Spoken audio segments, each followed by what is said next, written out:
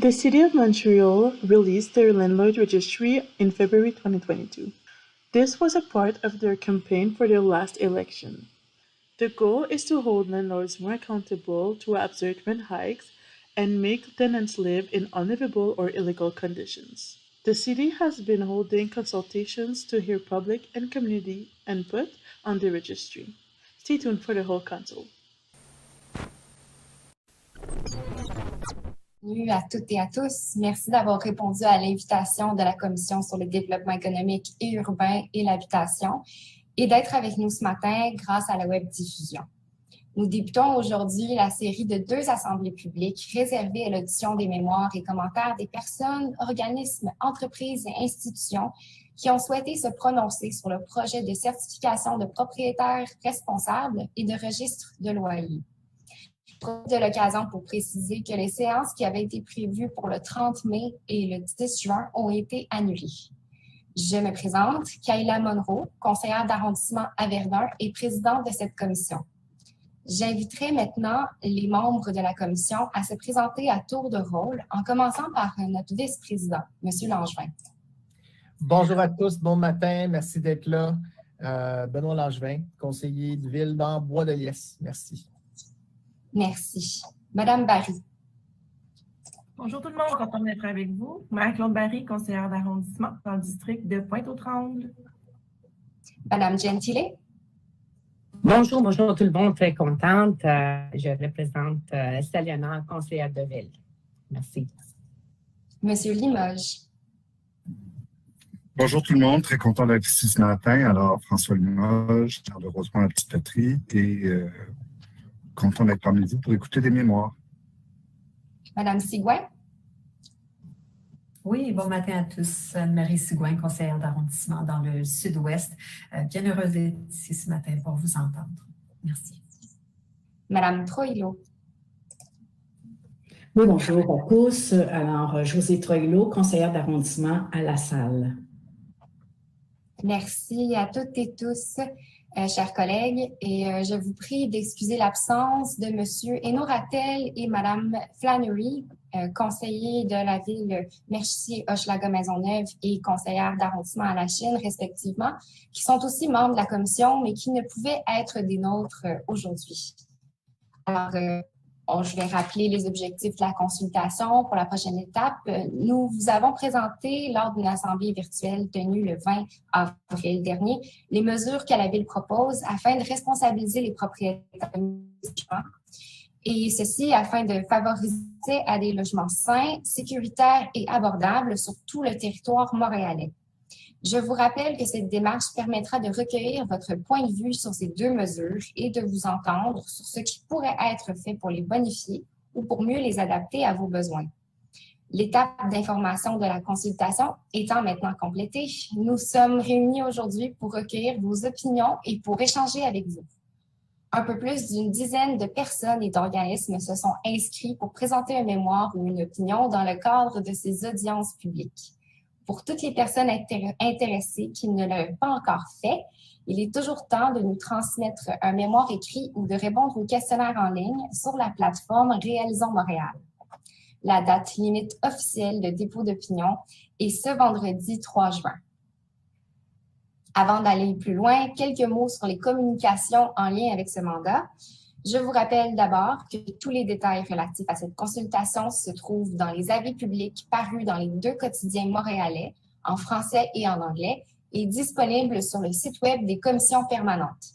Cette consultation a aussi été publicisée par le biais des médias sociaux, par la diffusion d'un communiqué de presse et par l'envoi d'invitations personnalisées à plusieurs centaines de personnes et de groupes.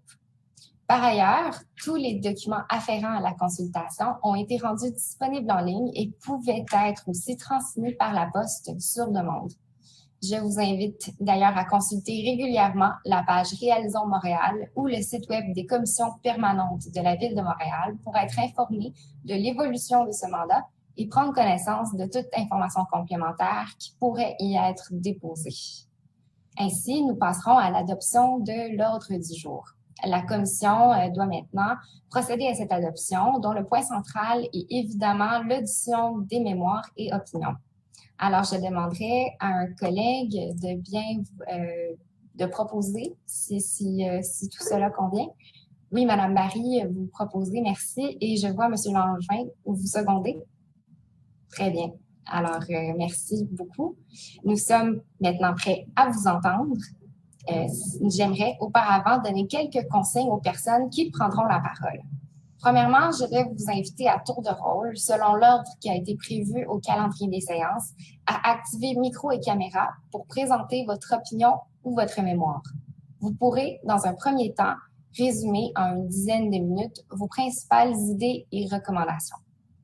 Ensuite, si nécessaire, nous vous indiquerons soit de vive voix, soit par le clavardage, le temps qui vous reste et vous inviterons à conclure lorsque les 10 minutes qui vous seront allouées seront écoulées.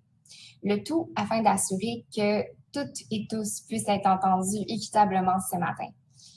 Finalement, une fois votre intervention terminée, nous prendrons le temps d'échanger avec vous pour clarifier ou pour approfondir certains éléments présentés au besoin.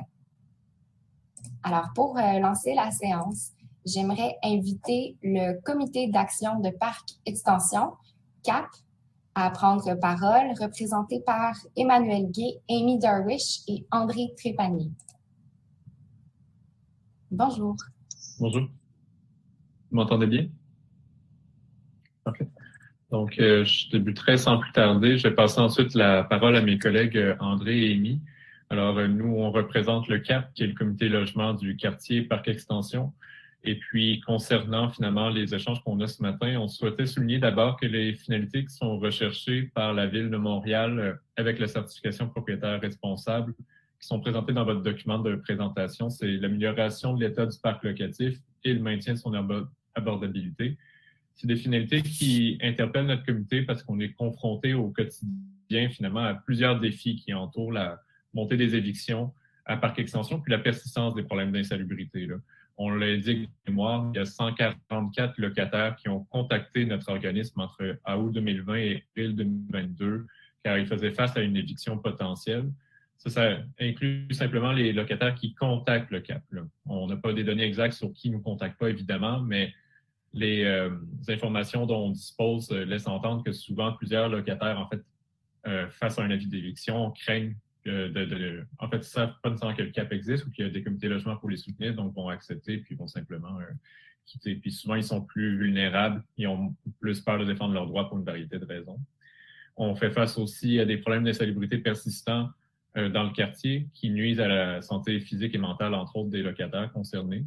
Donc, on pense que la certification propriétaire responsable vise à s'attaquer à des problèmes qui sont importants. Mais par contre, on pense que les ajustements doivent être faits et qu'il y a des défis qui doivent être mieux pris en compte pour s'assurer que ce nouvel outil contribue autant que possible à la défense du droit au logement. Donc, on a quelques constats. Je commencerai par un d'entre eux, puis je laisserai ensuite la parole à mon collègue André. Donc, notre équipe constate d'abord que le service de l'habitation de Montréal, puis les services d'inspection des arrondissements peinent actuellement à intervenir contre les propriétaires délinquants. Il y a des lacunes qui ont été mentionnées tant par les comités logement que par des études, par exemple, menées par le collectif de recherche et d'action sur l'habitat par rapport au suivi des dossiers, ce qui nuit souvent à la résolution des problèmes d'insalubrité dans les immeubles concernés. Et puis, au fond, si le projet de certification propriétaire responsable peut être effectivement un moyen d'encourager une culture d'entretien des immeubles, on peut se demander à bon droit comment la Ville de Montréal compte s'y prendre pour intervenir dans un plus grand nombre d'immeubles avec des problèmes d'insalubrité sur le territoire de la métropole, alors qu'elle n'atteint pas actuellement ces cibles d'inspection et qu'elle sévit relativement peu contre les propriétaires délinquants. Donc, sans plus tarder, André, je te laisserai continuer. Oui, bonjour tout le monde. André Trépanier du Comité d'action de Parc Extension. Je vais poursuivre maintenant sur ce qu'on appelle l'évacuation des immeubles et la gentrification par abandon. On a constaté il y a des immeubles qui ont des niveaux de détérioration très importants, qui ont été laissés sans entretien pendant des années et des années. Et dans un contexte où les évictions et les rénovictions sont à la hausse, on pourrait dire que la question de la salubrité rejoint celle de la gentrification du quartier, où on a pu constater que, comme récemment, sur le boulevard de l'Acadie, dans un immeuble détérioré connu des autorités depuis au moins 2006, où il n'y avait pas eu de suivi nécessaire peut-être au niveau de l'entretien pendant ces années-là. Le nouveau propriétaire qui souhaite faire des rénovations a eu l'aide par accident des inspecteurs de la ville centrale, donc du service d'habitation, pour permettre de vider son immeuble qui est maintenant rendu vide. On avait aussi constaté le même problème l'année aux années antérieures, entre autres sur la rue Kerbe et sur la rue Jean-Talon-Ouest, où les derniers locataires de l'immeuble ont été sortis par les inspecteurs dans le cadre des rénovations qui avaient rendu le bâtiment dangereux. Donc, on se demandait si la certification propriétaire responsable permettrait à la ville et aux arrondissements d'intervenir plus activement sur les enjeux d'insalubrité afin d'éviter que la détérioration des immeubles atteigne un point où ces derniers ne sont plus habitables et doivent être évacués. Un autre constat que je veux partager avec vous, c'est que qu'est-ce qui va se passer si on ne respecte pas la certification de propriétaire responsable?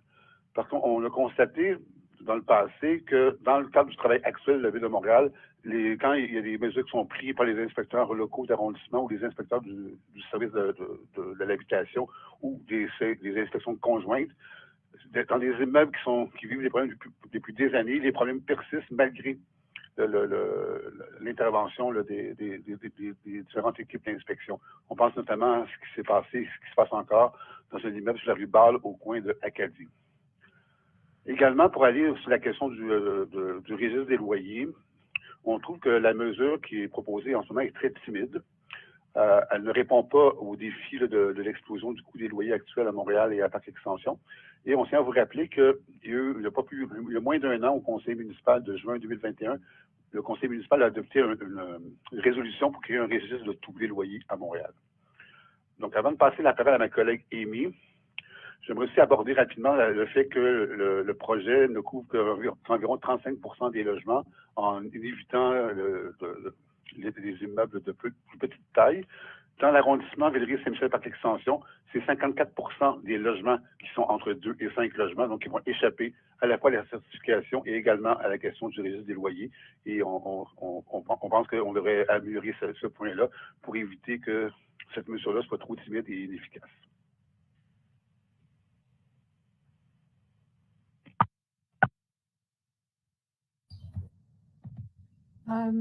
Merci beaucoup, André. À la lumière des constats qui ont été partagés par mes collègues, nous aimerions partager les recommandations suivantes afin que la certification propriétaire responsable et le registre loyer répondent aux besoins, favorisent la défense du droit au logement et favorisent également la résolution de la crise du logement qui sévit depuis déjà quelques années ici à Montréal.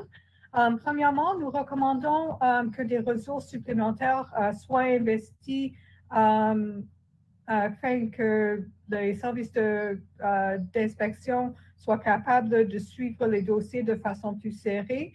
Nous aimerions notamment éviter une situation où les demandes augmentent sans une augmentation de ressources, ce qui pourrait créer une situation où les objectifs d'inspection sont même plus difficiles à atteindre. Nous recommandons également que des mesures claires soient prises s'il y a des rapports professionnels qui mènent à un ordre d'évacuation d'un immeuble afin d'éviter le phénomène de gentrification par abandon dont mon collègue a présenté. Nous recommandons également que la certification propriétaire responsable soit conçue d'une manière qui permette à la ville et aux arrondissements d'intervenir de façon plus proactive concernant les enjeux d'insalubrité pour que nous ne nous retrouvons pas dans des situations où les immeubles se détériorent jusqu'au point où ils ne sont plus habitables et que les locataires doivent être évacués. Nous voyons également beaucoup de situations où les propriétaires profitent des lacunes dans les suivis des dossiers d'insalubrité pour ne pas faire les réparations nécessaires. Nous croyons que la Ville de Montréal doit prendre les mesures plus fermes contre les propriétaires délinquants. Tel que mentionné par mon collègue, il y a un grand nombre de logements tant à Villeray-Saint-Michel Parc Extension et à la Ville de Montréal plus généralement où nous retrouvons des des situations où il y a des petits logements qui sont aux prises des problèmes d'insalubrité, nous recommandons que la certification propriétaire responsable et l'inscription au registre de loyer soient obligatoires, même pour les logements qui comprennent moins que 8 logements. Nous recommandons également que les loyers soient mis à jour sur une base annuelle dans le registre pour que les locataires puissent se servir de ces données pour contrôler leur loyer et éviter et de freiner un peu l'explosion des loyers que nous voyons à travers de la ville. Finalement, nous recommandons que la Ville de Montréal envisage la possibilité de convertir les immeubles qui sont non certifiés dans des logements sociaux afin de contribuer à la pérennisation du parc locatif abordable à Montréal. Merci beaucoup.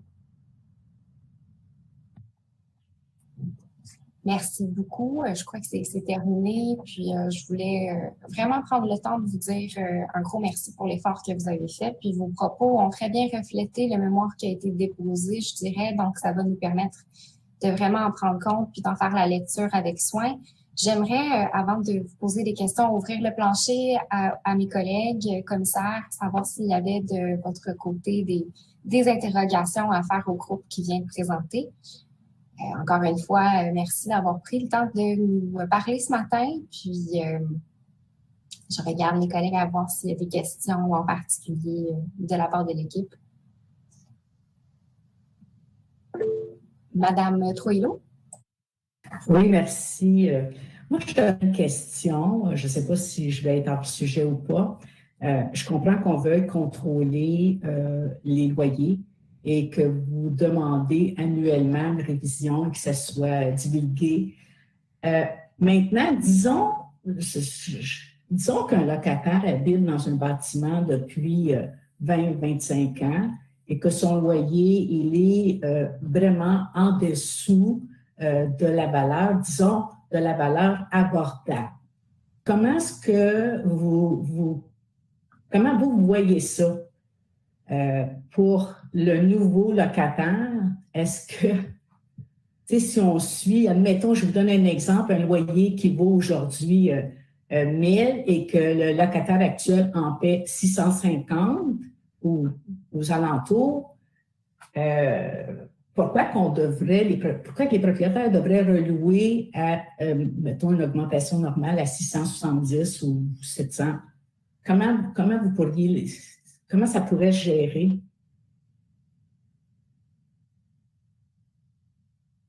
Est-ce qu'il y a quelqu'un au bout de la ligne? Oui, vous pouvez répondre directement. N'hésitez pas. Donc, je peux répondre? Oui, merci de votre commentaire, madame. Ce qu'il faut comprendre, c'est au niveau des règles de la fixation des loyers au Québec. Le contrôle des loyers n'est pas obligatoire. Il repose sur la capacité des locataires de refuser les augmentations de loyer lors du renouvellement du bail. Et pour les nouveaux locataires qui déménagent, ça, c'est vraiment un recours qui est plus limité d'introduire au tribunal une demande de fixation de loyer. Et la méthode, quand elle se rend au tribunal, c'est vraiment basé sur les revenus et les dépenses annuelles de l'immeuble et non pas sur une valeur que le marché ou les spéculateurs ou les propriétaires immobiliers aimeraient avoir, mais c'est basé sur les dépenses annuelles de l'immeuble. Et en ce moment, ce recours-là est presque jamais utilisé. Et on peut dire que les déménagements, c'est vraiment une mine d'or pour les propriétaires parce que c'est l'occasion de faire un bond important au coût des loyers. Et ce qu'on constate également, c'est que les loyers mis en location sont beaucoup plus chers que la moyenne des loyers occupés. Donc, c'est pour ça que favoriser un registre des loyers à l'échelle montréalaise, qui serait un exemple pour le restant du Québec également, sur une base annuelle, permettrait de contrecarrer ce problème-là et aussi de comprendre que la méthode du tribunal est basée sur le plus bas loyer dans les 12 derniers mois et non pas les 60 derniers mois. Bien, je comprends, mais ne croyez-vous pas que c'est un peu de pénaliser le propriétaire dans le sens que, tu sais, je comprends ce processus-là, mais quelqu'un aujourd'hui qui achète un bâtiment qui vaut X montant d'argent, c'est comme un cercle vicieux, hein? Ça lui prend quand même des revenus, mais enfin, c'est correct, là. Merci pour votre réponse.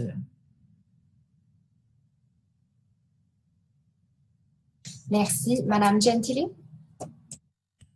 Oui, bonjour. Okay, j'ai 2 questions qui s'adressent au CAP. Premièrement, c'est dans la présentation, vous dites que les amendes ne sont pas suffisantes.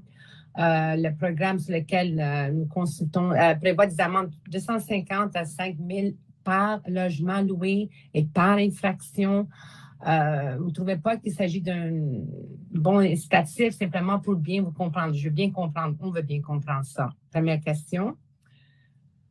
Deuxième, au début de votre mémoire, vous êtes inquiété de l'incapacité de la Ville d'atteindre des objectifs en termes d'inspection, OK? Même, je suppose, même du nombre faible d'amendes émises. Est-ce que vous croyez que la Ville devrait plutôt atteindre des objectifs, voire les relever plutôt que d'aller avec une nouvelle structure comme la certification? Il faut juste clarifier ces 2 points, s'il vous plaît.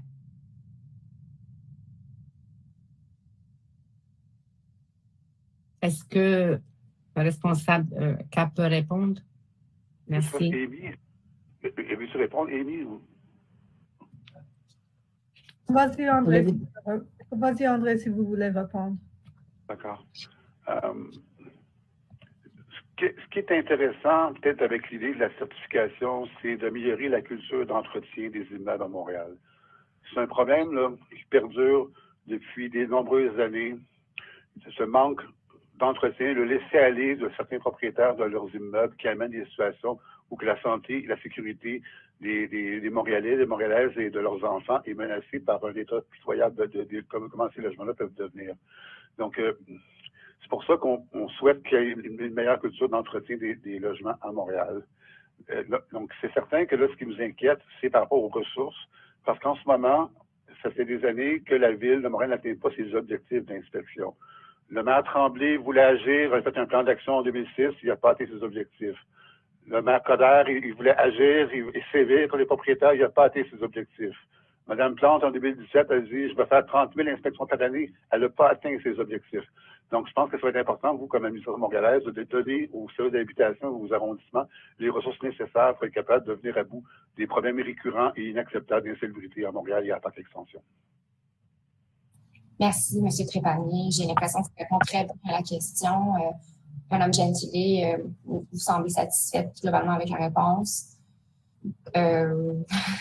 J'enchaînerai peut-être parce que je vois le temps filer, puis vous êtes notre première présentation, puis je vous remercie encore une fois d'avoir pris la parole et d'avoir cassé la glace.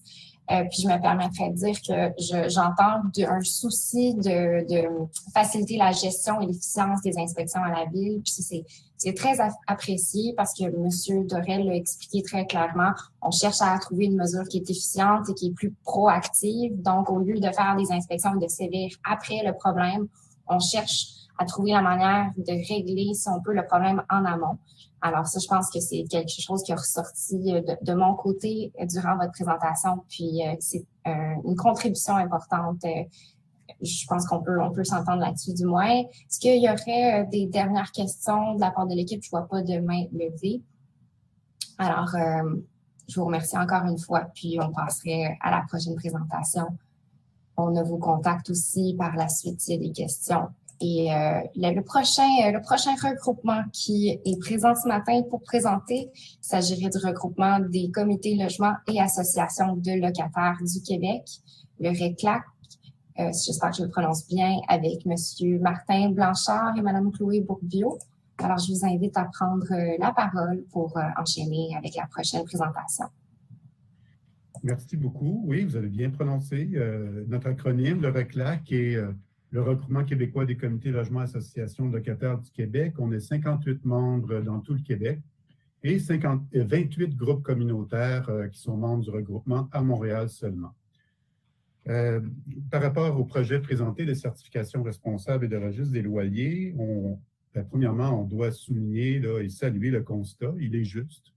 C'est-à-dire qu'il y a une crise du logement qui nourrit une dynamique de négligence d'entretien des logements, ce qui fait en sorte qu'on voit des rénovictions, des hausses abusives de loyers, puis des logements qui manquent d'entretien de façon répétitive et dans les manchettes des journaux.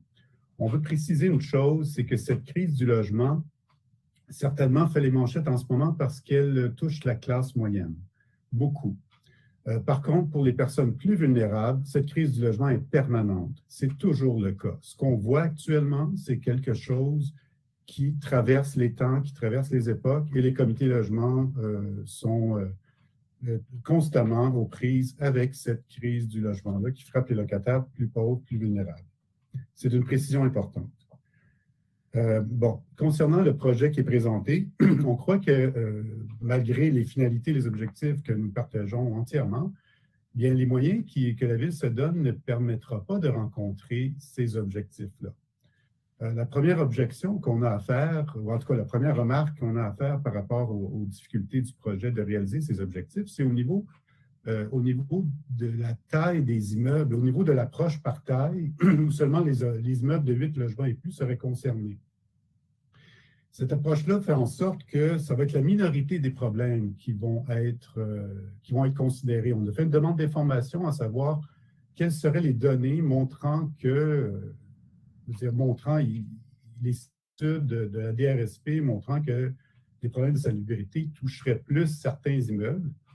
Mais en fait, cette étude-là ne rapporte que les problèmes de punaises et de coquerelles. Donc, oui, d'accord, ce projet de certification-là permettrait peut-être, selon une étude par sondage de 2017, de régler des problèmes de punaises et de coquerelles qui se retrouvent de façon plus manifeste dans les grands immeubles. Mais même si c'était le cas, même si c'était vraiment le cas, probablement, le problème, c'est que la majorité des locataires ne seraient pas concernés par ces correctifs-là. C'est-à-dire, on n'aura pas une approche en amont pour la plupart des problèmes vécus par les locataires, les problèmes de salubrité et d'entretien des logements.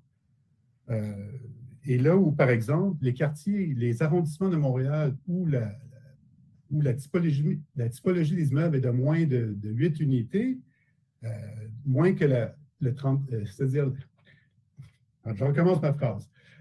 Les arrondissements pour lesquels on est en bas de 25 pour la typologie des immeubles de moins de 25 unités, c'est Montréal-Nord, Saint-Léonard, Pointe-aux-Trembles, Rivière-des-Prairies, Villeray, Mercier, Hochelaga-Maisonneuve, Rosemont-Petite-Patrie, La Chine. Donc, c'est des arrondissements dont on sait qu'ils ont des problèmes de salubrité quand même très importants. Et là, ça ne concernerait plus vraiment ces arrondissements-là. Donc, on aurait une espèce d'injustice urbaine où ce serait seulement certains endroits de Montréal, certains arrondissements qui verraient une amélioration de leurs problèmes de punaises et de coquerelles, mais peut-être de d'autres problèmes aussi, j'en conviens. Mais cette injustice urbaine-là nous interpelle beaucoup. On voit que c'est des statistiques par rapport aux problèmes qui se retrouvent dans certains immeubles, mais il faut regarder l'aspect humain du problème. L'aspect humain du problème d'entretien, de salubrité et de sécurité des logements, on le connaît bien dans les comités logements. Ce sont des propriétaires qui contournent les règles. Ce sont des gestionnaires complaisants, des entrepreneurs qui se rendent au service de ces problèmes-là, des propriétaires qui contournent les règles, des locataires vulnérables qui agitent la paix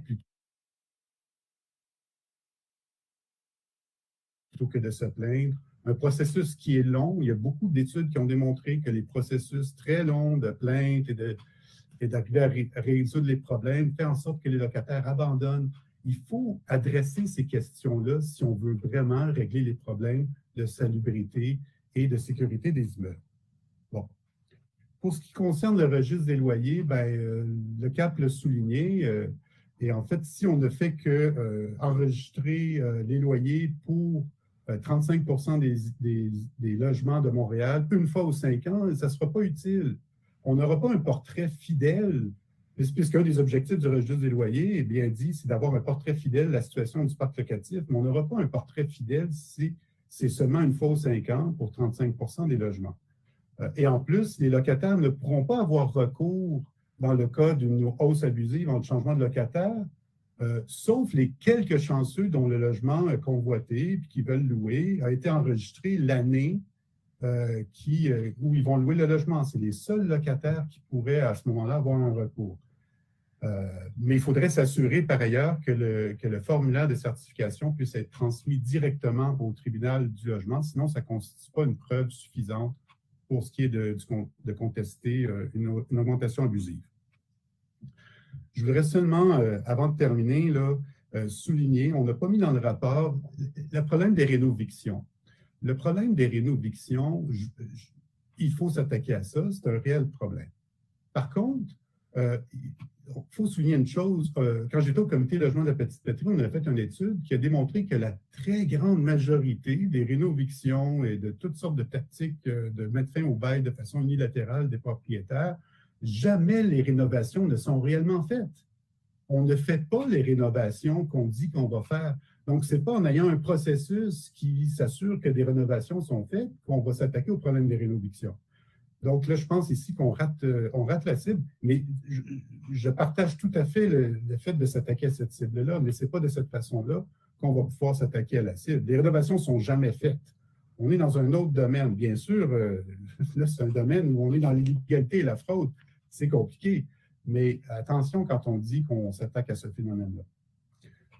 Bon, en tout cas, bref, je crois que la commission doit se pencher sur seulement deux alternatives. Soit de recommander l'élargissement de la certification propriétaire responsable à tous les immeubles et que le registre des loyers se fasse sur une base annuelle. Ça, c'est l'essentiel de nos recommandations, même si on en a d'autres. C'est vraiment l'essentiel. Ou soit on ne va pas de l'avant avec cette certification-là qui ne rencontrerait pas vraiment les objectifs qu'on se donne et on va mettre les moyens plutôt pour faire une inspection des immeubles et aller vraiment faire en sorte que le processus de plainte soit harmonisé, cohérent entre les arrondissements, qu'il soit logique, que les locataires puissent y avoir recours, que les inspections soient faites, que les pénalités ensuite s'en suivent lorsque les propriétaires sont récalcitrants à faire les travaux. Donc, tout ça ici, c'est des ressources qu'on pourrait mettre si on ne réussit pas à rencontrer les objectifs avec la certification responsable, qui est un engagement électoral. Donc, il faut réellement réussir à rencontrer ces objectifs-là. Je pense que c'est important. Voilà, merci. Merci beaucoup, M. Blanchard. Puis, encore une fois, j'aimerais ouvrir la parole aux autres commissaires, savoir s'il y avait des questions ou points à creuser en particulier. J'ai, pour ma part, noté le fait que le formulaire pourrait être transmis directement au TAL afin d'être une preuve. C'est un élément intéressant que j'ai relevé parmi tant d'autres. Aussi, regarder au niveau des rénovations. Puis, les refaits sur les rénovations, on va continuer de creuser la question. C'est effectivement une piste très importante, une des intentions principales de la certification. Donc, je ne vois pas de main levée. Alors, si c'est beau comme ça... Ah oui, M. Langevin. Merci pour votre présentation. En fait, vous avez pas mal répondu à ma question. Ma question, c'était faudrait-il mieux pas le faire? Vous avez pas mal été explicite sur l'idée qu'on devrait peut-être mettre nos énergies ailleurs, qu'on devrait se concentrer sur autre chose que ce qui est proposé. Donc, c'était juste un commentaire. Merci de votre présentation. Est-ce que je peux quand même rajouter quelque chose au commentaire? Oui. Oui, mais c'est la moins bonne solution pour nous. La meilleure solution serait réellement de faire cette intervention en amont. On trouve ça important. Et de sensibiliser le public à la problématique des hausses abusives, du manque d'entretien des logements, de faire en sorte que les problèmes soient réglés en amont. On pense que c'est une bonne approche, mais malheureusement, si les moyens ne viennent pas, on se retrouve avec une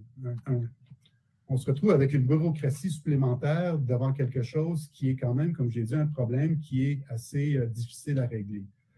Donc, la moins bonne solution serait de l'abandonner et de mettre les moyens ailleurs.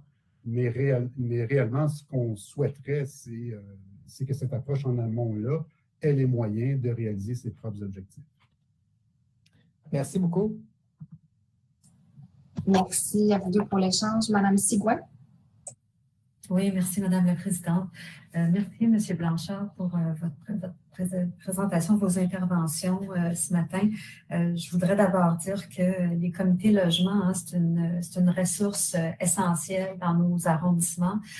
Comme conseillère d'arrondissement, conseillère municipale depuis plus de 8 ans, je le vois bien et c'est tout à notre avantage de travailler en collaboration avec les comités logements parce que c'est eux qui font le lien souvent entre les problématiques que les locataires vivent et comment on peut aider en arrondissement aussi. Alors, ça, je tenais à le mentionner. Vous avez parlé des rénovictions tout à l'heure, du phénomène de rénoviction et vous nous dites les travaux ne sont pas réalisés. Puis c'est ça le problème. Est-ce que vous pouvez élaborer peut-être un peu là-dessus, s'il vous plaît? Oui, merci beaucoup. Bien, ça me fait plaisir. J'ai travaillé beaucoup sur cette question-là dans le comité, quand j'étais au comité logement à la Petite Patrie. Bon, en fait, lorsque les locataires reçoivent un avis de travaux majeurs, souvent l'avis échappe complètement. De toute façon, il n'y a jamais d'avis en premier lieu. C'est simplement le propriétaire qui arrive et dit, bon, ben, moyennant une compensation, tu vas partir parce que j'ai des rénovations majeures à faire. Oui, ça se passe de manière verbale la plupart du temps. Ouais. Exact. On évite l'avis parce que l'avis enclenche une série de droits des locataires qui peuvent se rendre au tribunal du logement et le propriétaire veut éviter cette voie. Donc, il n'y a pas d'avis obligatoire. Ça, c'est une chose qui, pour nous, est réellement essentielle. C'est comment peut-on faire en sorte que l'avis soit obligatoire? Et on croit qu'un de ces moyens-là, c'est de faire en sorte que la Ville de Montréal exige qu'il y ait un jugement autorisant les travaux, autorisant le projet du propriétaire avant de donner le permis. Quand vous dites un jugement, vous parlez de processus carrément juridique ou… Exactement, au tribunal du logement ou s'il y avait un autre tribunal, mais là, c'est le tribunal du logement qui a la compétence en la matière actuellement.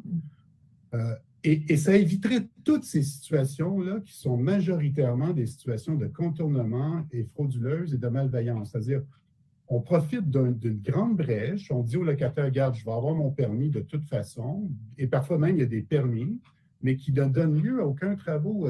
Par exemple, dans le quartier de la Petite Patrie, il arrivait de façon non négligeable, là, ça arrivait souvent, que des permis soient octroyés, mais qu'il n'y ait pas les travaux qui soient faits au bout du compte. Les travaux ou des travaux qui ne sont pas ceux qui avaient été autorisés, enfin. Exactement, exactement. Et c'est souvent des opérations cosmétiques. Hein. Ce n'est pas réellement des travaux qui vont aller sur la mise aux normes des immeubles, sur la structure, sur en tout cas, ce qui est important pour que les immeubles traversent les années. Ça va plutôt être des comptoirs, des rénovations cosmétiques qui font que le logement peut être loué plus cher. Mais réellement, pour nous, la solution à ce problème, c'est que les permis ne soient octroyés que si on peut vraiment prouver que le propriétaire va réaliser ce projet-là.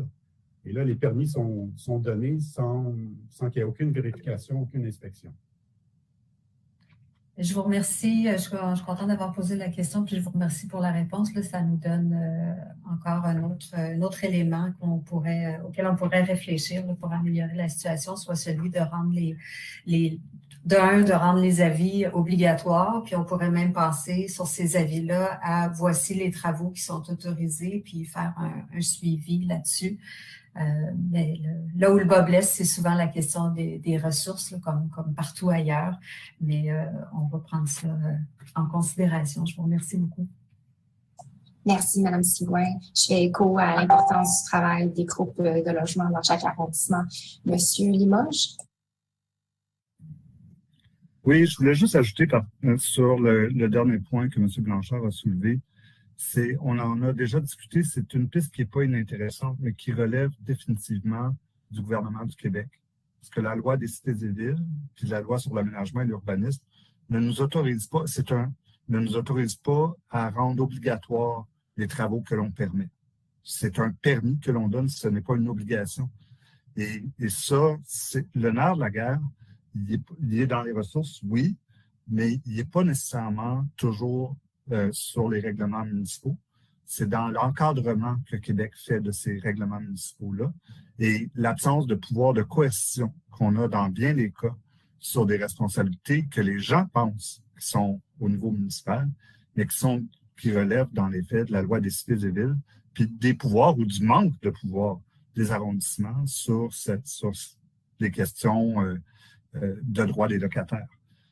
La Ville ne peut pas et ne pourra jamais se substituer au tribunal administratif du logement, qui, lui, peut-être ne fait pas son travail, mais ça, c'est une autre revendication. Merci beaucoup, M. Limoges. M. Blanchard, voulez-vous conclure en peut-être une petite minute qu'on passe au prochain point? Ça a été très, très instructif. Je ne veux pas vous couper court. Continuez. Merci. Oui, en fait, je suis d'accord. Là, les pouvoirs, les compétences de la Ville en matière d'urbanisme sont limités à ce qui est inscrit dans la loi, et puis cette loi-là est quand même assez restrictive. Ça, je suis tout à fait d'accord. Et puis d'explorer des solutions qui permettent d'aller jusqu'au bout de ces pouvoirs-là, je pense que c'est quand même assez important, puisque de toute manière, en ce moment, il n'y a pas une volonté très forte d'aider à protéger les droits des locataires, et on salue toute initiative de la Ville et des arrondissements qui va aller dans ce sens. Une des revendications qu'on a dans le rapport, une des recommandations, c'est de continuer à faire pression sur le gouvernement du Québec et de revendiquer avec les comités logements là, une protection plus forte des droits des locataires. Mais à mon avis, il y a encore un petit bout de chemin à faire pour faire en sorte que les travaux soient réellement faits, plutôt que d'utiliser le permis comme un moyen là, de faire pression sur les locataires. Merci. Je vous remercie encore une fois, M. Blanchard. Puis, je me permets aussi de vous demander si c'était possible d'ajouter un annexe. J'ai cavardé avec notre équipe à l'interne, puis notre superbe secrétaire recherchiste de confirmer que c'était possible. Si vous vouliez ajouter une section sur les rénovictions, vous avez des entrées de jeu que vous n'avez pas mentionnées dans votre mémoire. Alors, je vous invite, si c'est possible pour vous, à l'ajouter puis à prendre contact de l'échange qu'on a eu, qui était très constructif. Alors, je vous remercie encore. Prochain groupe à passer aujourd'hui, c'est la Fédération canadienne des associations des propriétaires immobiliers. La présentation va se faire en anglais. Alors, Monsieur John Dickey, je vous invite à prendre parole. Thank you very much, and I appreciate the ability to speak to you this morning in English. By Friday, I expect to send in a written version of my remarks in both French and English, and some additional comments as well. I am the president of the Canadian Federation of Apartment Associations, la Fédération canadienne des associations des propriétaires immobiliers, FCAPI. FCAPI's members include many landlords of all sizes, from the smallest landlords to the largest, including REITs, private corporations, investment funds, and managers for pension funds and life insurance companies. They operate in all provinces of Canada, including Quebec and including Montreal. Your job is to make recommendations to Montreal City Council. So why do I believe I can help you do that?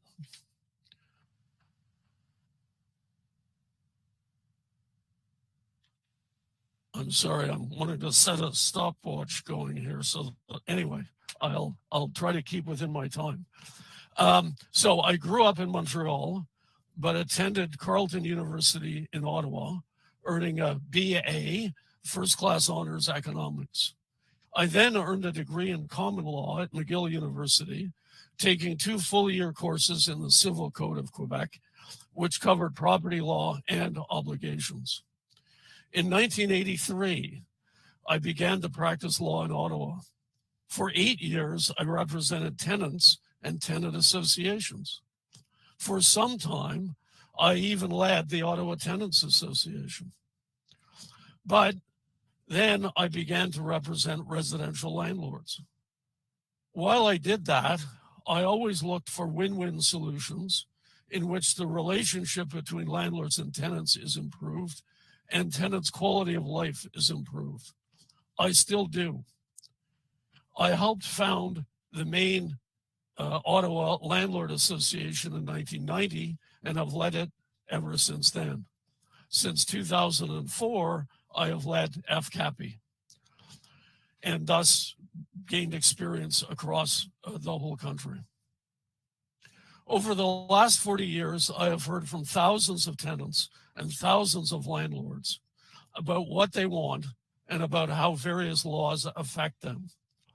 I have seen how many different laws affect them, and I have applied the lessons learned in a wide variety of Canadian cities, engaging with many public policy people and community groups. Now to some specifics. As to the proposed maintenance requirements, some of what the city consultation paper proposes is unreasonable because it is impossible for landlords to do. Over the last 15 years, I have attended numerous presentations, some for an hour, some for a day, by experts on bed bugs, les punaises de lit. And I have interacted with Ottawa Public Health on the bed bug issue extensively. Almost all of the time, when bed bugs come into a building, they're brought into a building by a tenant unintentionally. The tenant may have traveled or may have picked up bed bugs in a public area like an arena, a library, a city bus, a doctor's waiting room, or a cinema. Back in the tenant's apartment, the bed bugs produce more bed bugs.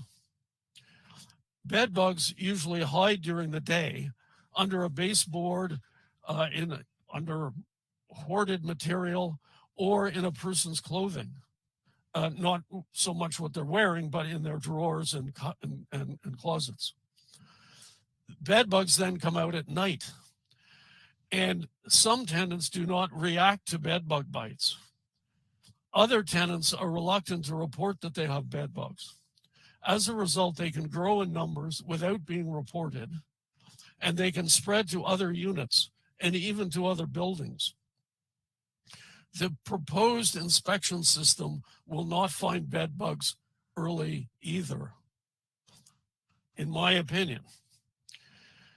Practically speaking, landlords can only deal with bed bugs when a tenant reports them and when landlord and tenants take coordinated action.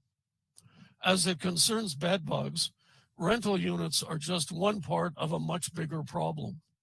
A broad plan is needed, including all public areas. Otherwise, tenants and homeowners will keep bringing bed bugs into their homes. In the rental sector, what is needed is tenant education and more support for community groups to support tenants in reporting bed bugs, in preparing their apartments for treatment, and in eliminating bed bugs from their clothing and bed linen. It is unrealistic to ask a landlord to state that their building has no pests, as is proposed. The most a landlord can state is that they are not aware of any pest infestations other than infestations that they are treating. Likewise, mold, la moisissure, is an issue that is largely the result of tenant behavior. Certainly, in some cases, better insulation or air sealing can reduce mold, but landlords can only do so much to reduce mold. The key way to eliminate mold is for tenants to wipe up water and reduce humidity, either by using a dehumidifier or by ventilating the bathroom anywhere they hang wet clothes to dry. It is unrealistic to ask a landlord to state that their building has no visible mold. The landlord isn't in the tenant's apartment every day or even every week, and tenants wouldn't want them to be. The most a landlord can state is that they are not aware of any visible mold other than mold they are working with tenants to eliminate. I now turn to the proposed rent registry. First, the rent control rules and enforcement processes should be left to the province. I know that may not satisfy some of you, and so let me say a little more about rent control. The city discussion paper refers to two other cities in Canada, ranked in the top 3 in size, along with Montreal, namely Vancouver and Toronto. Those cities do not have a rent registry. In fact, they and their provinces do not limit rent increases between tenants. From 1975 to 1996, Ontario did limit rent increases between tenants in what is called unit-based rent control. As a result, the quality of rental housing went down dramatically, and very little new private rental housing was built. And I was there watching this happen. Around the world and throughout time, those are the inevitable results of unit-based rent control. In 1987, Ontario enacted legislation to establish a rent registry. That was under the provincial Liberal Party. But the government never actually established the registry because they found a rent registry, after doing a lot of work on it, they found a rent registry would be too costly, too controversial, and too complicated. Instead, 10 years later, in 1997, Ontario stepped back from unit-based rent control, allowing instead vacancy decontrol, under which a new rent is set at the amount negotiated by a landlord and each new tenant. Immediately, the quality of rental housing began to improve. It didn't improve overnight to what it had been 20 years earlier, but it began to improve. Landlords improved common areas and building systems so that they could obtain good rents when units turned over. One tenant left and a new tenant came in. Tenants who renewed their tenancies benefited from better kept amenities and common areas and the improved building systems landlords put in, as well as relatively low rents. In 2003, in the provincial election, having been out of power, the Ontario Liberal Party effectively promised a return to unit-based rent control. However, after taking office, the new government recognized the benefits of vacancy decontrol and kept it in place. It remains in place today. Vacancy decontrol is a compromise. Tenants who renew their tenancies are protected, while landlords can increase their revenue over time to address the rising costs of maintaining, restoring, and modernizing rental buildings, many of which are 50 or 60 years old. Quebec already has the tightest rent control of any province in Canada. Average rents in Quebec are 30% lower than the average across Canada. Average rents in Montreal are 44% lower than rents in Toronto and 49% lower than rents in Vancouver. I suggest to you that the current Quebec system is working to keep rents relatively low. A rent registry is not needed, and it would lead to lower quality rental housing, despite the other proposed rules by which higher quality housing is sought. In my view, the system being proposed for Montreal would take the city in the direction of more conflict between the city and landlords, which would soon hurt tenants, landlords, and the city. So as I said, I intend to submit this in writing in both French and English, and please feel free to ask your questions in French. I am what is called passively bilingual. I can understand and read French, but to speak it would be painful both for me and for you. So I'm happy to take your questions in either English or French. Thank you very much for the presentation. Et merci de pouvoir transmettre l'écrit dans les deux langues. Ça va être plus facile pour nous de bien comprendre l'intention derrière ce que vous avez à nous communiquer. Donc, je vous prierai le plancher pour prendre les commentaires de mes collègues. Monsieur Langevin. I do agree that on a federal basis, we are in a position, I would even say uncomparable to other provinces, but Mr. Dickey, I'm questioning, still we have issues when it comes to resources, as previously mentioned, with inspections in Montreal. But I'm still questioning with the proposed bylaw right now, what would you think would be the next step for Montreal if you think this bylaw is not on point with the needs that are being expressed by many tenants? I would suggest that the more helpful approach would be to seek the necessary funding from the province to increase the level of inspections and to support the city in its programs to fund renovations, because it is extremely difficult to put together, frankly, it's practically impossible to put together high quality housing and low rents. There are costs to maintaining high quality housing, significant costs that rise as buildings get older. And so if you want the quality kept up, the money has to come from somewhere. And it can come from the rents, or it can come from government assistance, but it has to come from somewhere. And remember, landlords are not compelled to be landlords. They have lots of other places to put their money. If they do not achieve an appropriate, that is a market level return on their investment, they will not invest money into rental housing. And yet that is what rental housing needs. It needs money invested in it. And our federation is perfectly happy to see government money come in exchange for moderations in rents. But the money has to come from somewhere, or the quality of housing isn't there. Thank you. Well, and it goes beyond that, because governments are now pressing rental providers to improve buildings, to retrofit them, to change their heating systems so that they will be more green and more environmentally friendly. And again, that costs money, and it is extremely expensive.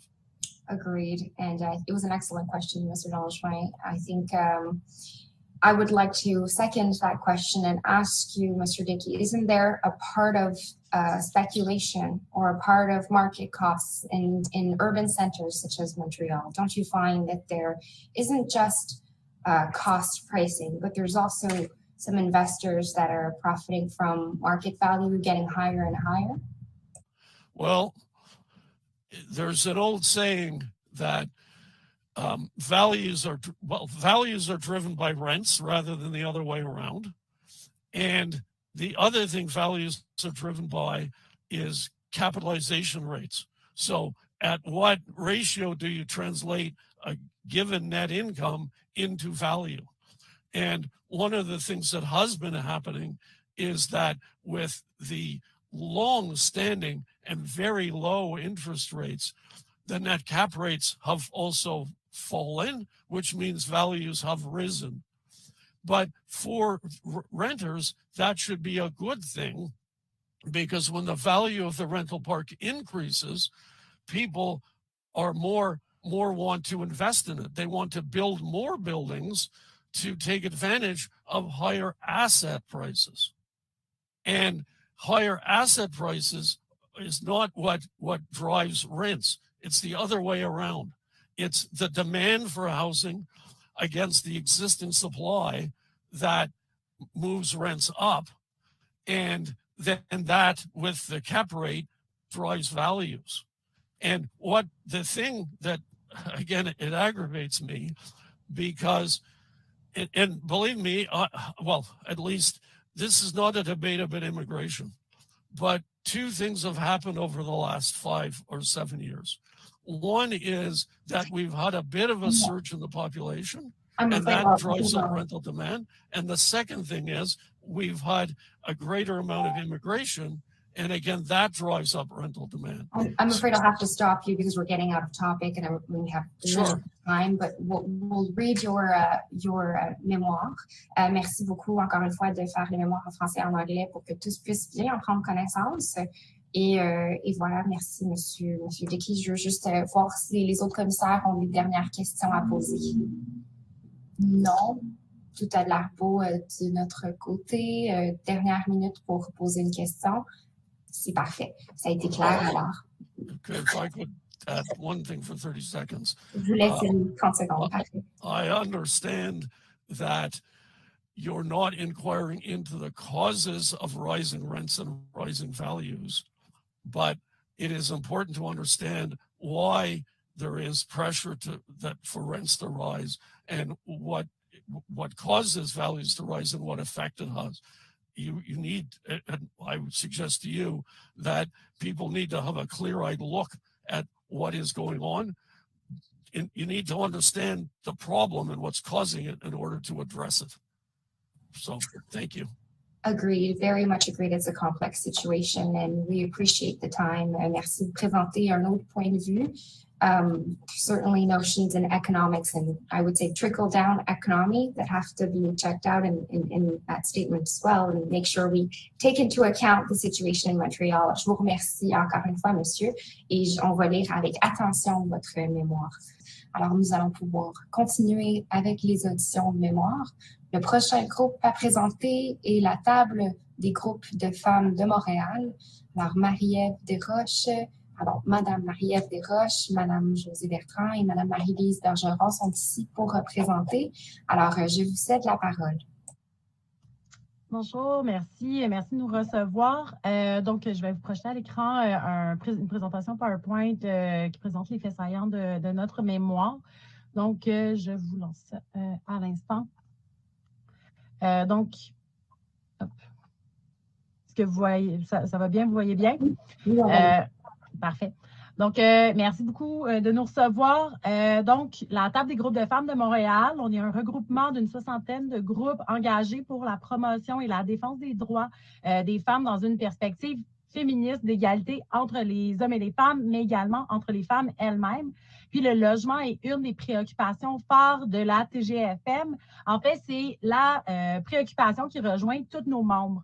Et donc, on a publié puis développé au cours des dernières années différents travaux qui s'appuient en fait sur l'expérience et l'expertise de groupes qui travaillent auprès des Montréalaises. Au sein de notre membership, on a quand même plusieurs groupes qui offrent du logement social, qui offrent de l'hébergement, mais aussi qui aident des femmes à se trouver un logement adéquat sur le marché. Donc, on a développé un état des lieux sur les enjeux de logement vécus par les Montréalaises en 2018 qui traitait de l'itinérance, de la violence en contexte locatif, mais aussi du logement social.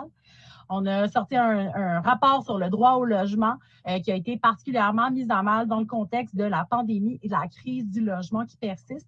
Puis finalement, on a sorti récemment une plateforme de revendication féministe pour le droit à la ville qui comporte une section dédiée au droit au logement. Donc, comme vous pouvez le constater, on travaille dans une perspective féministe et du droit au logement. Donc, on s'attarde à l'ensemble des critères qui sont essentiels pour offrir un logement adéquat, ce qui comprend la sécurité d'occupation, l'accès aux services matériels et installations, infrastructures, l'abordabilité, l'habitabilité, l'accessibilité, l'emplacement et le fait d'avoir un milieu de vie qui est respectueux. Et donc, de notre point de vue, les outils qui sont liés à la certification propriétaire responsable et au registre des loyers rejoignent quelques-unes des dimensions pour un logement adéquat en lien avec la taille, l'abordabilité, la salubrité, la sécurité du bâtiment. Mais aujourd'hui, on veut amener le projet un peu plus loin en permettant d'explorer de nouveaux horizons, disons. Mais avant d'aller vers ces nouveaux horizons, je voulais faire un bref panorama des enjeux de logement qui sont vécus par les Montréalaises, qui sont absolument pas nouveaux, mais qui ont été vraiment exacerbés dans le contexte de la pandémie. Donc, on parle d'une pénurie de logements abordables, mais aussi de loyers qui ne suivent pas le revenu des Montréalaises, puis d'un contexte de pénurie de logements qui alimente un contexte de compétition. Et nous, en fait, on travaille beaucoup avec celles qui perdent à cette compétition parce qu'elles n'ont pas la bonne cote de crédit, les références, les preuves de revenus, ou qu'elles font face à un ensemble de préjugés préjugés racistes, lesbophobes, sur la monoparentalité, l'aide sociale, la violence conjugale. Et pour ces raisons, en fait, il y a de nombreuses femmes qui sont contraintes de continuer de louer ou d'habiter ou de louer des logements qui sont trop petits, insalubres ou vivent dans des milieux de vie où elles ne peuvent pas exprimer leur orientation sexuelle ou encore elles vont y vivre du harcèlement ou de la violence, en fait. Donc, et les confinements, en fait, ont davantage exposé les femmes à ces risques.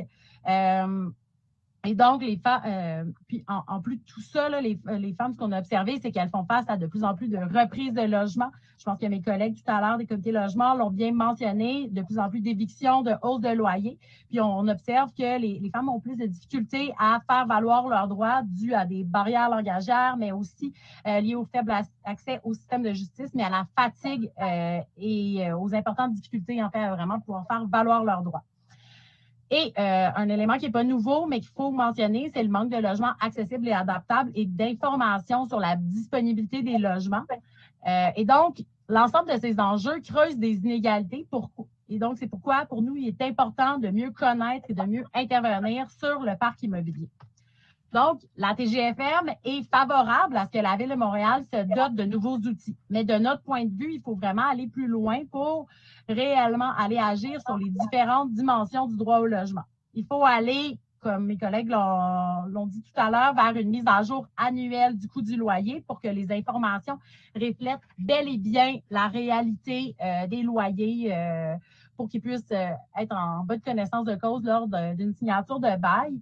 Ensuite, pour nous, il est nécessaire que l'application de ces nouveaux outils soit à l'ensemble des logements, et ce, peu importe la taille et la typologie des immeubles. On voit beaucoup d'abus en contexte de maisons de chambre qui offrent parfois où le droit au logement n'est pas nécessairement respecté. Donc, pour nous, c'est important de pouvoir aller légiférer de ce côté-là. Mais aussi, on voit qu'il y a de plus en plus de condominiums qui sont mis en location, puis que c'est important de pouvoir intervenir sur cette nouvelle offre de logement qui, parfois, ouvre la porte à des hausses de loyer quand même assez abusives, surtout lorsque ce sont de nouveaux logements.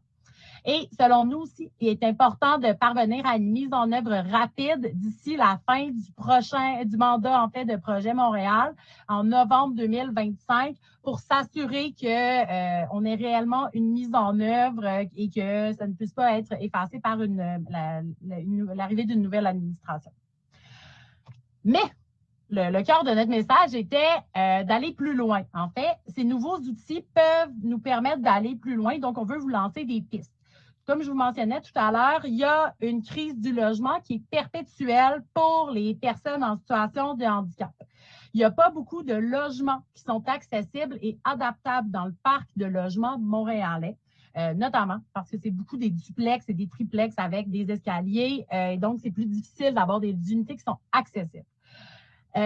Mais un grand nœud du problème de l'accès au logement accessible et adaptable, c'est l'information sur leur disponibilité et à savoir s'ils sont physiquement adaptables. Et donc, le manque d'information et de disponibilité fait en sorte que parfois, il y a des unités de logement qui sont aménagées à même le programme d'adaptation domiciliaire et qui, éventuellement, les aménagements payés avec des fonds publics sont démantelés parce que les propriétaires vont louer des logements adaptés à des personnes qui n'en ont pas besoin. Et donc, vont enlever la rampe d'accès, enlever la barre d'appui dans le bain, vont en fait démanteler des aménagements. Ainsi, on voulait faire valoir que les informations sur l'accessibilité et l'adaptation des logements devraient être ajoutées aux outils de certification propriétaire responsable et au registre des loyers pour en fait parvenir à une meilleure gestion de fonds publics liés au programme d'adaptation domiciliaire. Et aussi, l'accès à ces informations, c'est un important pas en avant pour une de nos revendications qui est liée à la mise en place d'un guichet unique pour la recherche de logement pour les personnes en situation de handicap. Parce qu'en ce moment, c'est tout un casse-tête pour se louer un logement, mais pour quand on a des limitations fonctionnelles, c'est un défi supplémentaire. Un deuxième élément qu'on voulait vous amener pour penser un peu à l'extérieur de la boîte, là, si vous me pardonnez l'anglicisme, c'est de penser à la sécurité. Le projet présente la responsabilité des propriétaires à offrir des logements sécuritaires, mais on est dans une vision de la sécurité qui est quand même assez étroite, qui est liée à l'état physique du logement. Mais d'une perspective féministe, la sécurité prend un sens bien plus complexe, bien plus profond. Et donc, on voulait remettre de l'avant des travaux que l'un de nos membres, le Centre d'éducation et d'action des femmes, a travaillé, soit la question des agressions sexuelles en contexte locatif. On parle d'exhibitionnisme, de voyeurisme, de commentaires et de propositions indécentes de la part de propriétaires, concierges, voisins. Et donc, pour nous, c'est important de soulever le sujet parce qu'on ne peut pas parler de propriétaires responsables si on est devant un propriétaire qui laisse aller des situations de harcèlement et d'agression sexuelle dans le contexte locatif. On le sait, la Ville n'a pas le pouvoir actuellement de légiférer sur le sujet parce que les violences à caractère sexuel ne font pas partie du règlement sur la salubrité, l'entretien et la sécurité des logements. Mais pour nous, c'était important de le mettre de l'avant pour inciter la Ville à prendre des responsabilités pour pouvoir éventuellement intervenir devant des situations de harcèlement et d'agression sexuelle, pour intervenir auprès des locataires qui ne prennent pas leurs responsabilités pour offrir des logements bel et bien sécuritaires. Puis enfin, on voulait nommer différents éléments concernant les inspections pour pouvoir mieux rejoindre et favoriser un contact respectueux avec les locataires. Donc, on a différentes propositions qui sont de l'ordre de se doter d'agents de milieu pour prévenir la violence et faciliter le contact avec les locataires. Assurer ensuite la parité, l'équité dans les postes liés à l'inspection, à la salubrité pour favoriser un meilleur contact. Se doter d'interprètes lors de la prestation de service, la prestation de ces inspections pour favoriser un meilleur contact, une compréhension mutuelle, mais aussi d'offrir un ensemble de formations aux personnes dédiées à l'inspection pour mieux comprendre et éviter de reproduire différentes dynamiques problématiques. Et enfin, c'est important pour nous d'assurer une surveillance accrue et pour l'établissement de ces mesures, les politiques, pour s'assurer que ce soit bien respecté par les propriétaires et les gestionnaires, et aussi de se donner des moyens pour faire respecter cette certification en ayant suffisamment de personnes dédiées à l'inspection des propriétaires fautifs, mais aussi pour être en mesure d'avoir des inspections aléatoires pour s'assurer que les informations transmises soient bien et bien véridiques. Donc, j'avais le topo de nos recommandations. Puis, je vais cesser le partage d'écran pour la période des questions. Merci énormément pour votre présentation. Puis, je tiens à saluer votre vision très inclusive, puis les nouveaux points que vous nous amenez, qui n'ont pas été soumis auparavant. Alors, c'est rafraîchissant d'avoir tout ce contenu devant nous. Je vais ouvrir la parole et inviter mes collègues à se prononcer ou à poser des questions à ce sens. Je pense qu'il y avait beaucoup de points, notamment sur l'accessibilité universelle. Je ne sais pas si je me répète, mais c'est nouveau. Madame Bergeron, vous vouliez ajouter? Oui, effectivement, juste ajouter à ce qui a été dit par Marielle. Je suis sur la table des femmes depuis presque 3 ans. Mon travail à moi, ça a été d'amener justement l'accessibilité universelle dans le logement parce que c'est la partie que j'occupe le plus dans mon cheminement. Et mon témoignage à moi, c'est de vous dire que ça m'a pris, moi, 7 ans de trouver un logement.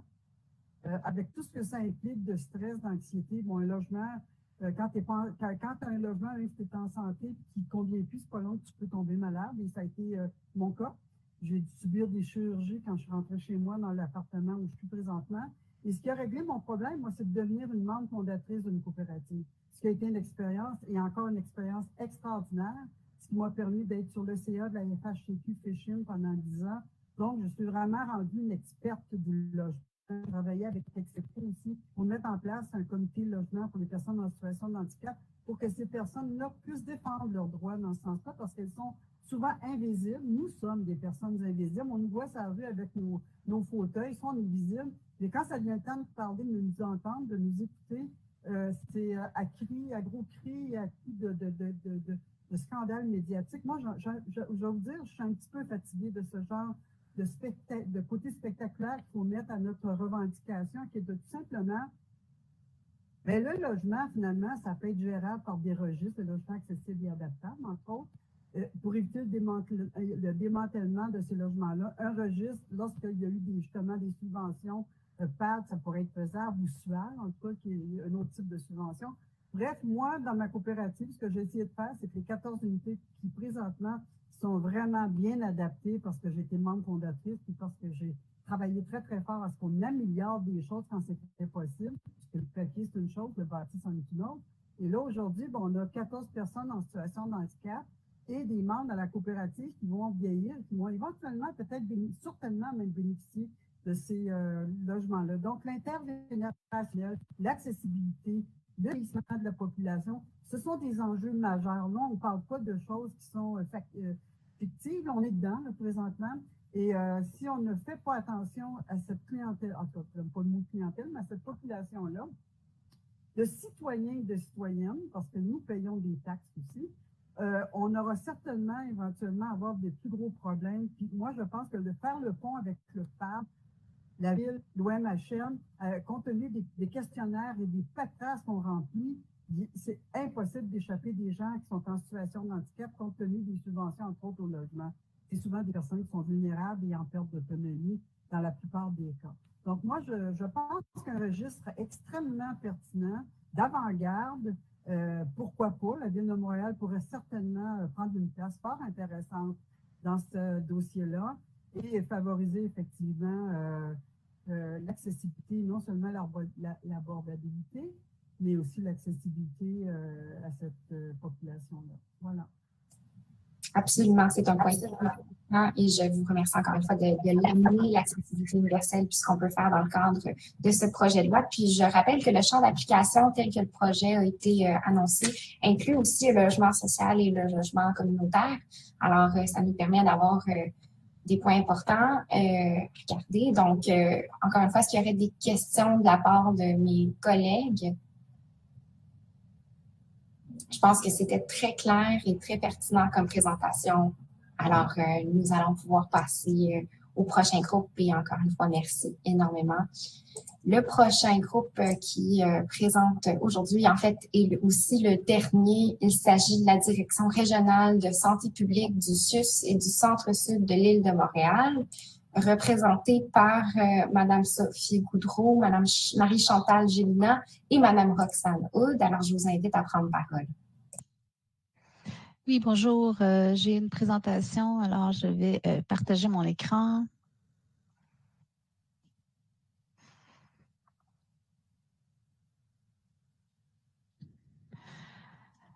Alors, c'est bon? Est-ce que vous voyez bien ma présentation? Oui, merci.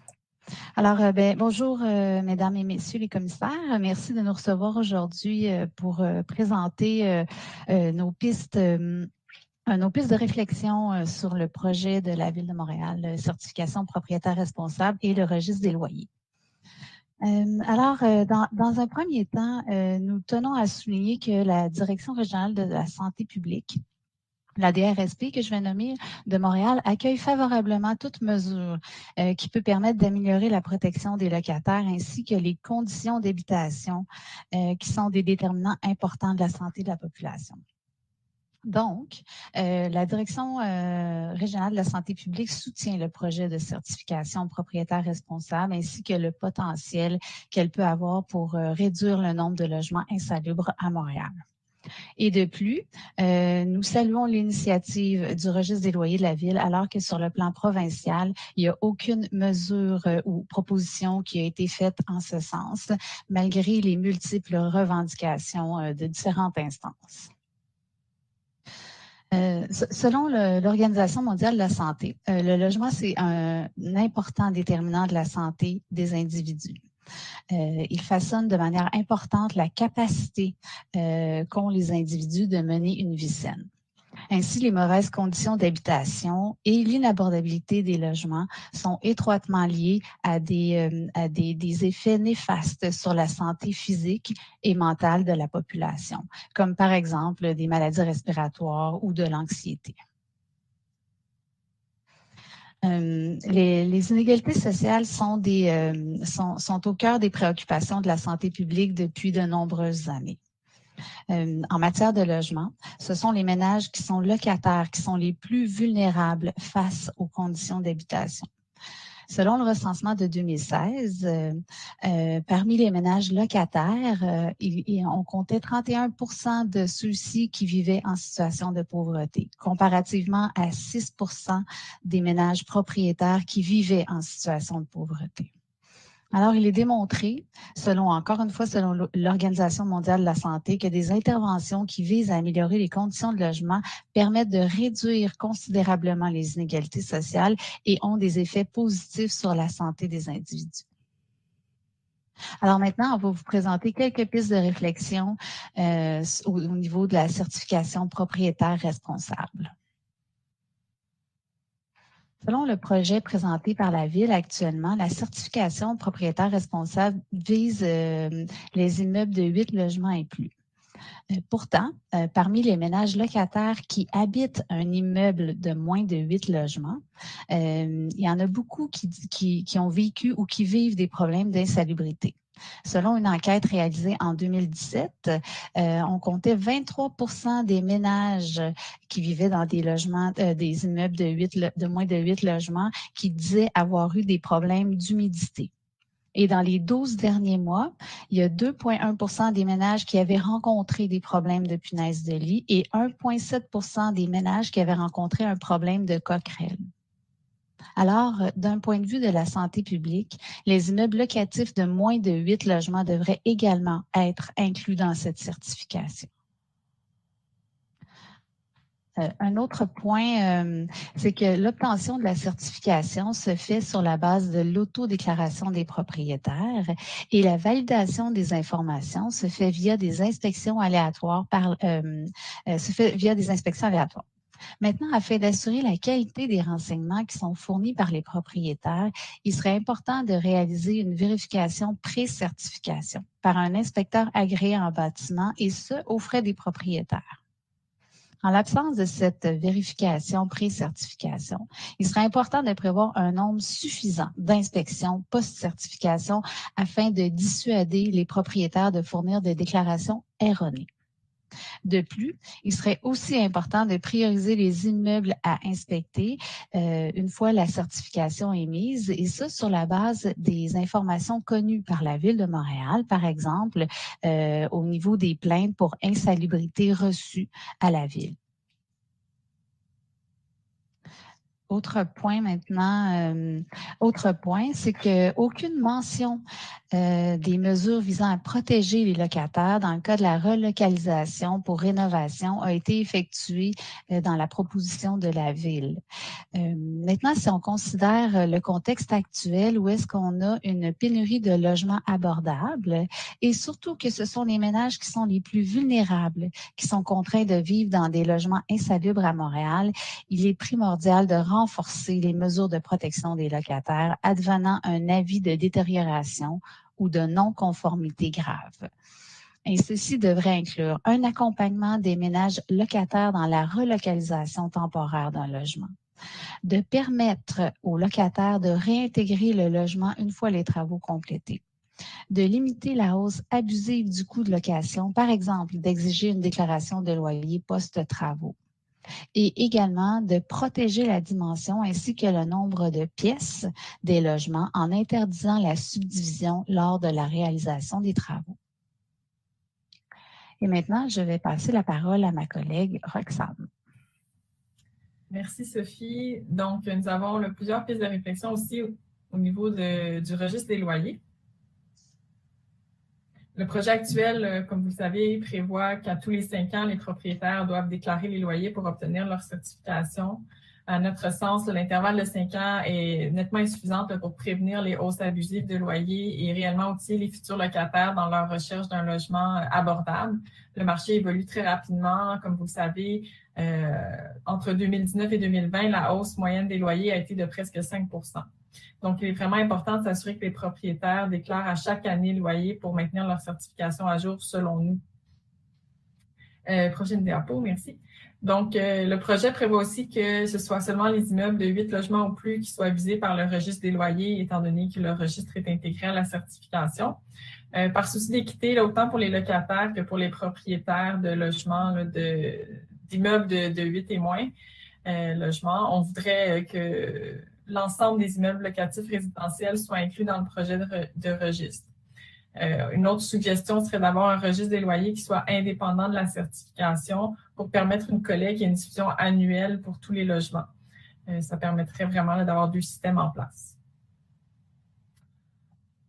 Par rapport à la mise en œuvre et l'accès à l'information maintenant, dans le projet actuel, là, il est prévu que la certification débute en 2023 avec les immeubles de 100 logements et plus pour progressivement inclure tous les immeubles de 8 logements et plus d'ici 2027. Ça nous apparaît comme des longs délais de mise en œuvre qui entravent le potentiel d'améliorer rapidement la qualité des logements montréalais et de facto la santé des locataires. Donc, nous suggérons vraiment d'augmenter les capacités au niveau de la ville de Montréal et de ses arrondissements afin d'inclure annuellement un plus grand nombre d'immeubles et ainsi assurer une meilleure pérennité du projet là, si jamais il y avait un changement d'administration, par exemple. Par rapport à l'accès à l'information, nous n'avons pas trouvé d'informations à ce sujet dans la proposition du projet de certification. La collecte et la publication d'informations sur la qualité des logements et loyers est vraiment une initiative nécessaire pour mieux protéger les droits des locataires et ultimement leur santé. Donc, afin de soutenir les locataires dans leur recherche de logement, il devrait y avoir des informations sur la qualité, incluant la raison de non-certification, le cas échéant, ainsi que les historiques de loyer, qui soient vraiment diffusés et facilement accessibles pour les locataires. La certification propriétaire responsable et le registre des loyers devraient aussi être présentés à la population et diffusés pour être éventuellement connus de tous. Ça pourrait passer, par exemple, par des campagnes de publicité une fois le projet mis en œuvre. Par ailleurs, l'accès aux données de qualité est vraiment un enjeu crucial pour bien comprendre les conditions de logement dans lesquelles vit la population, pour éclairer la prise de décision et la mise en place de programmes et politiques pour réduire les problèmes de santé, ainsi qu'appuyer les revendications pour un meilleur contrôle sur le coût et la qualité des logements. Donc, pour que le projet de certification et de registre soit vraiment utile à des fins de surveillance, notamment pour nous en santé publique, mais aussi pour d'autres organisations, les informations sur l'ensemble du parc locatif devraient être diffusées, incluant la localisation des immeubles, le coût des logements, la taille des logements et les raisons de non-certification des immeubles pour vraiment avoir un bon suivi dans le temps. En conclusion, d'une perspective de santé publique, le projet de certification a un potentiel d'augmenter le nombre de logements sains à Montréal si certaines conditions sont respectées, notamment que le champ d'application soit étendu aux immeubles de moins de 8 logements, que la mise en œuvre s'effectue plus rapidement, qu'il y ait un plan de diffusion auprès de la population qui soit prévu et mis en place et que la Ville planifie suffisamment de ressources pour la mise en œuvre du projet et pour réellement atteindre les objectifs tels que soulignés précédemment par d'autres présentations. Puis, dans le fond, on voulait profiter de l'occasion aussi pour parler un peu de besoins en logement au-delà de la certification actuelle qui sont à considérer par la Ville, notamment le besoin d'avoir une amélioration de la protection des résidents de RPA et des locataires de maisons de chambre, tout ça en partenariat avec les organismes communautaires pour éviter de fragiliser davantage les conditions d'habitation de ces personnes. Et aussi éventuellement de considérer et élargir les éléments attestés dans la certification des immeubles en fonction d'une bonification du règlement 03096 pour inclure d'autres contaminants nocifs comme par exemple l'amiante et le radon, ou une nouvelle réglementation sur l'isolation des bâtiments, conformément justement au plan climat 2020-30 de la Ville, qui permettrait d'avoir une meilleure efficacité énergétique, donc un meilleur contrôle aussi de la température intérieure des logements et de réduire à la fois aussi l'exposition au bruit environnemental. Merci beaucoup. Merci à vous. C'est définitivement un appui substantiel que vous veniez présenter aujourd'hui pour la santé des Montréalais. J'aimerais recueillir les questions des collègues commissaires, s'il y en a, parce que c'est très bien. J'en ai une de mon côté que je garde pour la suite. Monsieur Langevin, si vous voulez commencer. Oui, j'ai vu dans une des slides que vous avez présentées, en passant, merci de venir présenter cette excellente présentation-là. D'ailleurs, on y apprend des nouvelles statistiques qui proviennent de la Ville de Montréal et de la DSP, des données qui sont non publiées. Pourquoi ces données-là n'ont pas été publiées? Pourquoi la Ville ne les utilise pas, à votre avis, pour justifier son nouveau programme? Est-ce qu'on pourrait avoir accès à ces données-là? Oui, bien, en fait, oui, je pourrais y aller. En fait, les données dans lesquelles ce qu'on a présenté qui n'avait pas été publié, en fait, c'est une enquête qui avait été réalisée conjointement avec la Ville de Montréal et la Direction régionale de santé publique en 2017, où est-ce qu'on a un partage mutuellement de ces données. Donc, le service de l'habitation a aussi ces informations-là. Et pourquoi est-ce que ça n'a pas été publié? Parce qu'en 2017, ce qu'on a fait, c'est qu'on a sorti un portrait général des conditions d'habitation. Où est-ce qu'on n'avait pas, si je me souviens bien, on avait listé simplement les conditions d'habitation sans croisement de variables selon la typologie des bâtiments. Donc, il n'y a pas eu de travaux qui ont été faits pour publier ces nouvelles informations-là, mais ça pourrait être réalisé éventuellement. Merci. Je crois que ça répond bien à la première question. Effectivement, M. Langevin lève le pouce. Donc, de mon côté, les chiffres étaient très clairs, le portrait était très clair. Puis, je voulais vous demander, en fait, une question un peu plus large, à savoir s'il y avait eu une concertation de votre part auprès du ministère des Affaires municipales et de l'Habitation pour être certaine qu'on travaille tous dans le même sens, au fond. En fait, nous, là, je dois dire que je vais remettre un petit peu là, les choses sur le dos de la pandémie. Malgré moi, j'aurais aimé ça vous dire autre chose, mais la pandémie a fait en sorte que les travaux qu'on a faits sur le logement ont été complètement mis de côté. En santé publique, on n'a que travaillé sur la pandémie pendant presque 2 ans.